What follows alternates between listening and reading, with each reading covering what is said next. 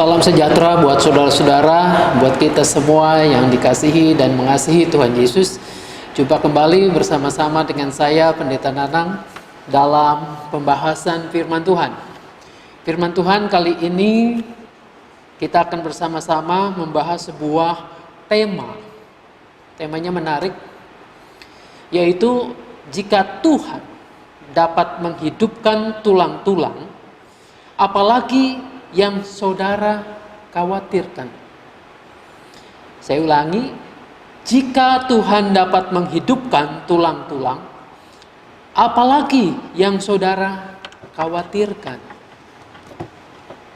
Bapak Ibu sekalian, bacaan kita terambil dari kitab Perjanjian Lama, yaitu dari Yehezkiel pasalnya yang ke-37 ayat pertama sampai dengan 14.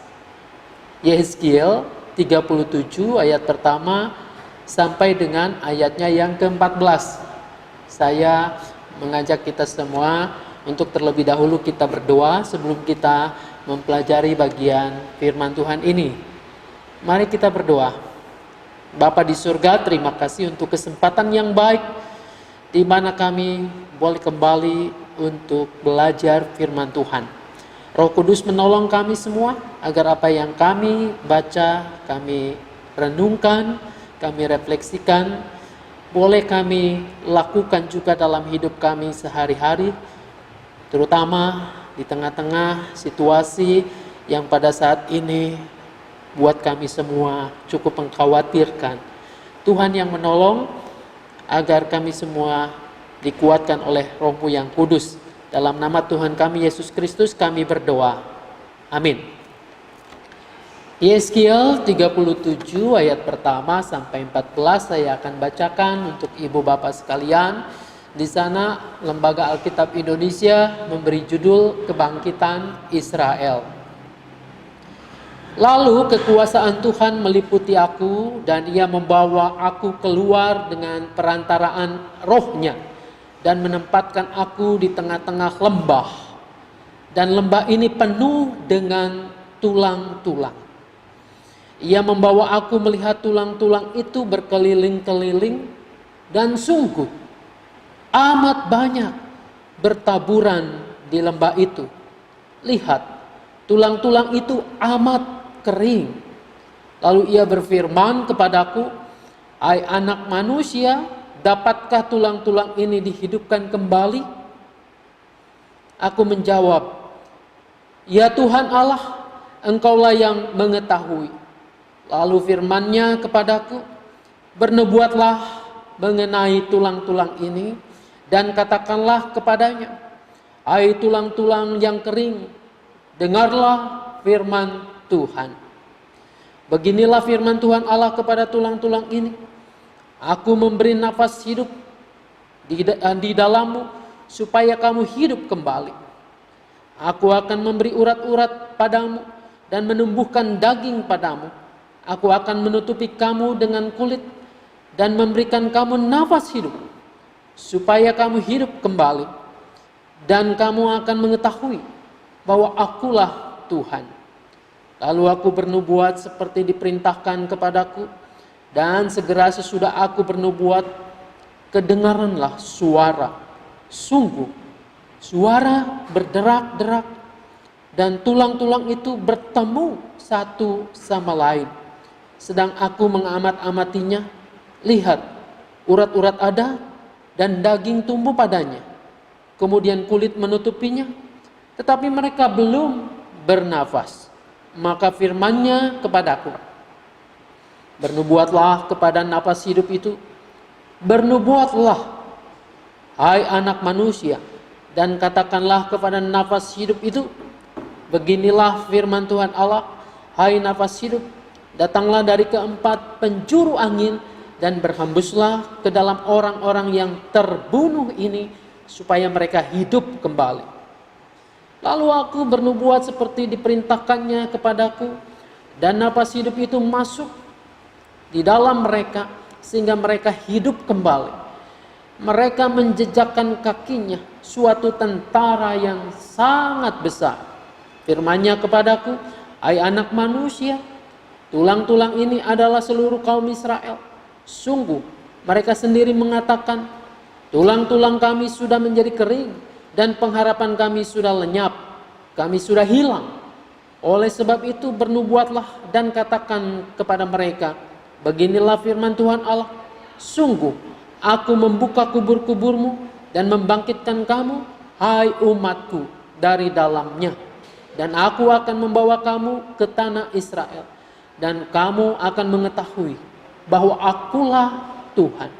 Pada saat aku membuka kubur-kuburmu dan membangkitkan kamu, hai umatku, dari dalamnya, aku akan memberikan rohku ke dalammu, sehingga kamu hidup kembali. Dan aku akan membiarkan kamu tinggal di tanahmu, dan kamu akan mengetahui bahwa aku Tuhan yang mengatakannya dan membuatnya demikian, firman Tuhan.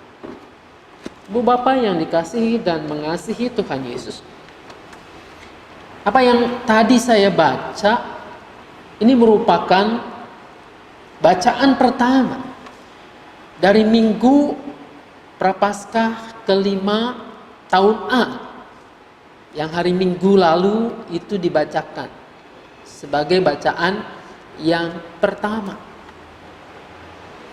Beberapa hari ini belakangan ini saya merenungkan dari bacaan-bacaan yang kita baca dari buku-buku yang diterbitkan oleh GKI, baik rancangan khotbah, lentera umat, atau wasiat renungan harian itu, maka saya menemukan kok sapaan Tuhan itu begitu tepat dengan situasi kondisi yang pada saat ini tidak hanya oleh bangsa kita, tetapi oleh dunia ini semuanya merasakan begitu rupa sengat maut, merasakan bagaimana orang khawatir, merasakan bagaimana orang ketakutan, dan nyata-nyata kematian itu ada di depan mata kita. Ia tidak jauh. Ini membuat hati kita cemas, membuat kita khawatir, membuat kita barangkali putus asa dan mempertanyakan di manakah Tuhan saat-saat genting seperti ini, saat-saat yang tidak mudah. Bapak Ibu sekalian, saya pikir apa yang dialami oleh umat Tuhan pada zaman Nabi Yehezkiel barangkali mungkin sama. Kekhawatiran seperti itu, kecemasan seperti itu yang mereka alami. Mereka suatu umat, suatu bangsa. Bangsa pilihan Allah. Tetapi kenyataannya ada sebuah periode di mana bangsa itu mengalami masa-masa susah, masa-masa sulit. Mereka dibuang. Zaman pembuangan di Babel. Peristiwanya sekitar tahun 578 sebelum Kristus, ya sekitar itulah. Berarti kurang lebih 500-600 tahun sebelum Kristus lahir. Itu artinya sudah ada 2500-2600 tahun yang lalu kisah ini terjadi. Nabi Yehezkiel berulang kali mengingatkan bangsa itu agar hati-hati, agar tidak menyembah berhala, agar menegakkan keadilan, agar mengedepankan takut akan Tuhan. Namun nyatanya, toh itu semua diabaikan. Akhirnya hukuman itu terjadi. Saudara-saudara, dalam penghukuman ini, waktu yang dilewati atau dijalani oleh bangsa Israel itu bukan sedikit waktu. Hampir 70 tahun mereka mengalami masa-masa sulit ini. Tentu dalam masa-masa susah selalu ada orang-orang yang tampil menyatakan dirinya sebagai nabi Tuhan, memberikan pengharapan-pengharapan. Ada yang mereka mengatakan pengharapan itu adalah, pembuangan ini, penjajahan ini tidak lama. Sebentar lagi pasti akan usai, mereka akan kembali ke tanah perjanjian. Tetapi Yehezkiel mengingatkan tidak demikian. Hukuman Allah itu merupakan hukuman yang cukup panjang, 70 tahun. Saudara-saudara, pada masa-masa susah seperti ini juga kalau kita cermati dalam konteks kehidupan kita zaman sekarang, maka muncullah juga orang-orang yang memberikan pengharapan-pengharapan tanda petik yang palsu. Pengharapan-pengharapan yang tidak didasarkan pada kajian-kajian ilmiah, yang mengatakan bahwa virus ini akan segera berlalu, lalu kemudian kita santai saja menghadapinya, tidak usah cemas, khawatir dan lain sebagainya. Dalam batas tertentu baik juga supaya kita tidak terlalu cemas khawatir, tetapi meninabobokan, menganggap sepele, menganggap enteng, itulah justru yang akan membahayakan kita. Demikian juga hukuman terhadap bangsa Israel ini. Ada nabi-nabi palsu yang muncul kemudian memberikan pengharapan-pengharapan palsu, mengentengkan hukuman ini. Maka yang terjadi adalah justru umat ini semakin terpuruk. Saudara-saudara, suatu kali dalam keterpurukan yang begitu mencemaskan ini, Nabi Yehezkiel dibawa oleh roh Tuhan. Dibawa oleh roh Tuhan ke suatu lembah. Saudara-saudara, lembah itu bukan lembah bukit berbunga. Lembah itu bukan lembah yang untuk berwisata. Tetapi di situ diperlihatkan kepada sang nabi begitu banyak tulang-tulang. Tulang-tulang yang sudah kering, tulang-tulang yang sudah lama. Banyak sekali. Lembah itu tidak lain adalah lembah kematian. Sang nabi diperlihatkan seperti itu, seolah-olah Tuhan mau menunjukkan bahwa inilah kondisi keadaan bangsamu. Mati. Entah berapa jumlahnya, tak terbilang lagi. Lalu kemudian nampaknya di situ Tuhan menantang sang nabi ini. Tuhan menanyakan, apakah, hai anak manusia, apakah tulang-tulang ini bisa dibangkitkan kembali? Saudara-saudara, kalau saya menjadi Yehezkiel dengan kondisi yang begitu, mungkin saya akan segera mengatakan, Tuhan jangan bercanda, Tuhan jangan main-main. Mana ada tulang bisa bangkit lagi? Mana ada kematian yang bisa kemudian dipulihkan lagi? Saudara-saudara, namun Yehezkiel bukannya saya. Yehezkiel tetap menyerahkan segala sesuatunya. Ia kemudian menyerahkan kepada Tuhan. Oh Tuhan, Engkaulah yang tahu. Saudara-saudara, di sini jawaban Yehezkiel itu menarik. Dia tidak menampikkan apa yang dikatakan, ditanyakan oleh Tuhan, tetapi sepenuhnya dalam ketidaktahuannya dia menyerahkan kepada Tuhan. Tuhan, hanya Engkau yang tahu.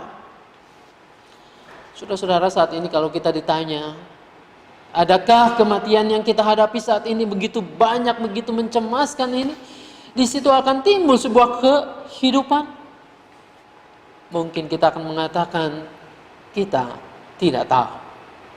Dalam ketidaktahuan ini Yehezkiel menyerahkan segalanya kepada Tuhan, dan ketika penyerahan itu terjadi, apa yang terjadi?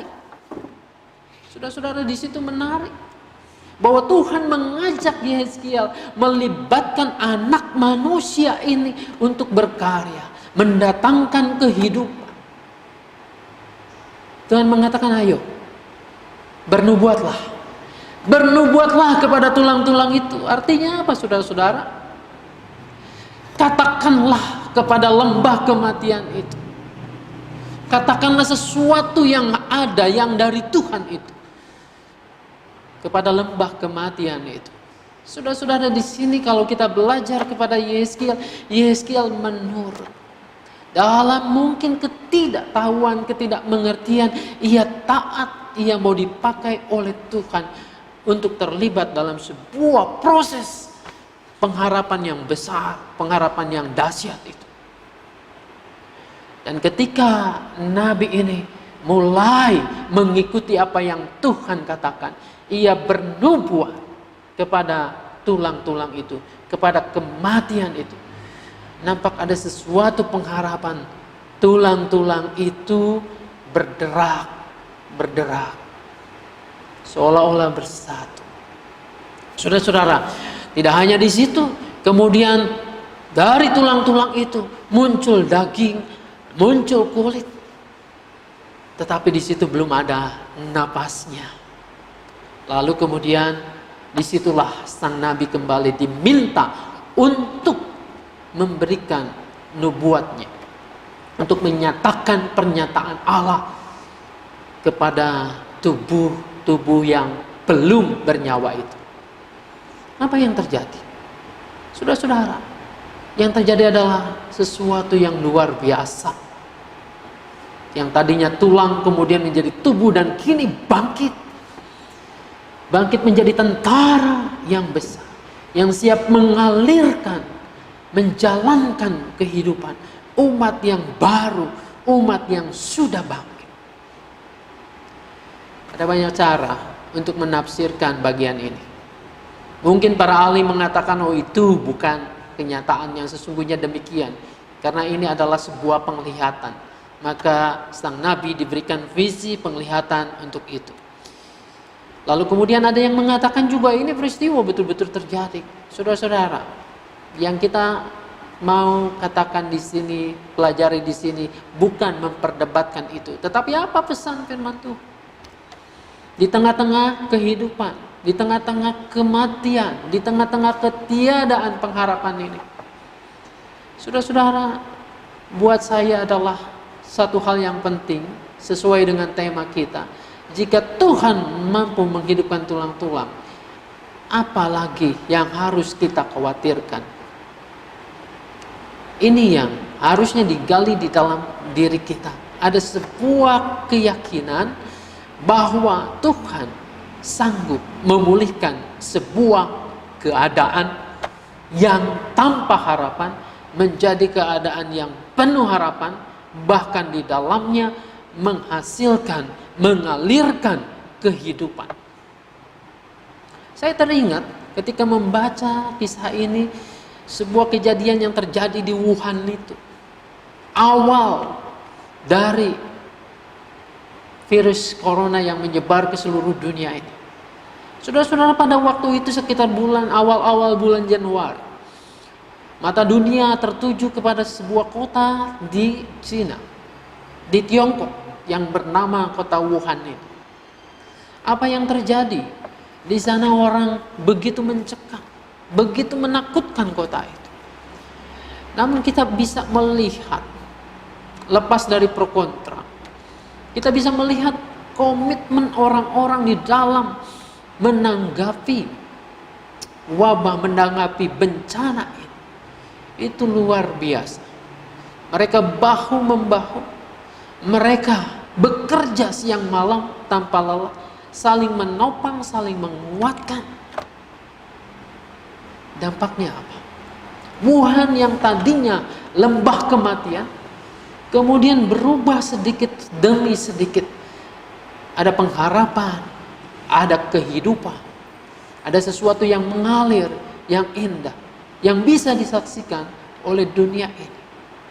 Dan bahkan sampai sekarang kita bisa melihat ada banyak negara menjadikan acuannya bagaimana menangani ini, menangani wabah COVID-19 ini, terutama melihat dari apa yang ditangani oleh Tiongkok khususnya di Wuhan ini.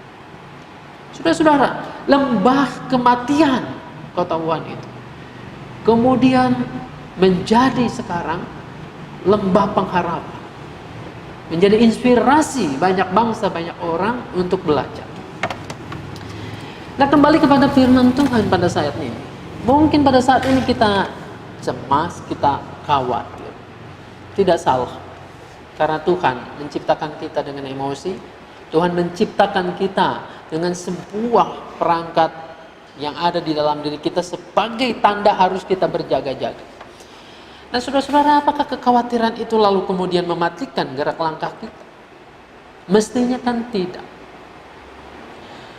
Kita diajak oleh Tuhan bersama-sama untuk menghadirkan pengharapan, bukan menghadirkan ketakutan, bukan menebarkan kematian. Sama seperti Yehezkiel yang diajak oleh Tuhan untuk terlibat di dalam upaya memberikan pengharapan kepada umat Israel yang pada saat itu sudah pada titik nadirnya. Umat yang dicekam atau tercekam oleh kematian itu, maka sang nabi diajak untuk mari bernubuatlah, berkaryalah, nyatakanlah kehendak Tuhan untuk bangsa yang pada saat itu sedang dalam keadaan yang sangat-sangat terpuruk.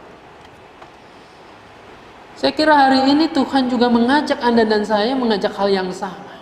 Mari kita bersama-sama atasi ini. Jangan kita kemudian sibuk dengan menebarkan berita-berita tentang kematian, tentang pesimisme, berita-berita yang kemudian membuat orang betul-betul menjadi sangat takut dan cemas.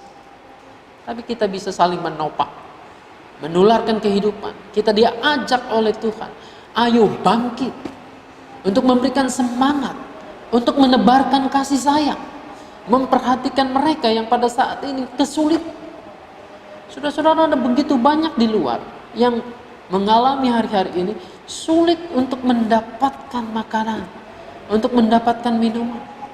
Oh, barangkali buat Anda dan saya ajakan di rumah saja itu sesuatu yang kita terima dengan ya sudah begini. Bahkan dalam kondisi seperti ini pun kita seringkali mengeluh, kenapa di rumah saja? Tapi coba lihatlah di luar kita, masih begitu banyak orang yang harus mengantarkan barang, orang yang harus bekerja, orang yang harus menafkahi keluarga. Saudara-saudara, disinilah kita berperan untuk saling mengingatkan, saling menjaga, dan memberi kepada setiap mereka yang membutuhkan itu. Memberikan kehidupan, menularkan semangat yang baru. Kuncinya adalah sebenarnya pada Anda, pada saya, pada kita semua. Maukah Anda dan saya diajak bersama-sama untuk terlibat dalam karya kasih Tuhan, untuk terlibat dalam menghadirkan pengharapan dan kehidupan? Saya yakin dan percaya bahwa kalau Tuhan sanggup menghidupkan tulang-tulang, maka apa yang kita khawatirkan? Yang kita khawatirkan adalah sebenarnya kita mengasihani diri sendiri. Saudara-saudara, jadilah alat di tangan Tuhan. Inilah kesempatan yang sangat-sangat baik untuk kita boleh berkarya bagi semua orang yang ada di sekeliling kita. Biarlah Tuhan menolong, memberkati kita, memampukan kita untuk melakukan karya-karya di tengah-tengah krisis ini dengan keyakinan bahwa Tuhan menyertai kita semua. Saudara-saudara, itulah yang bisa saya sampaikan pada saat ini, dan tetap semangat. Tuhan selalu memberkati kita. Amin.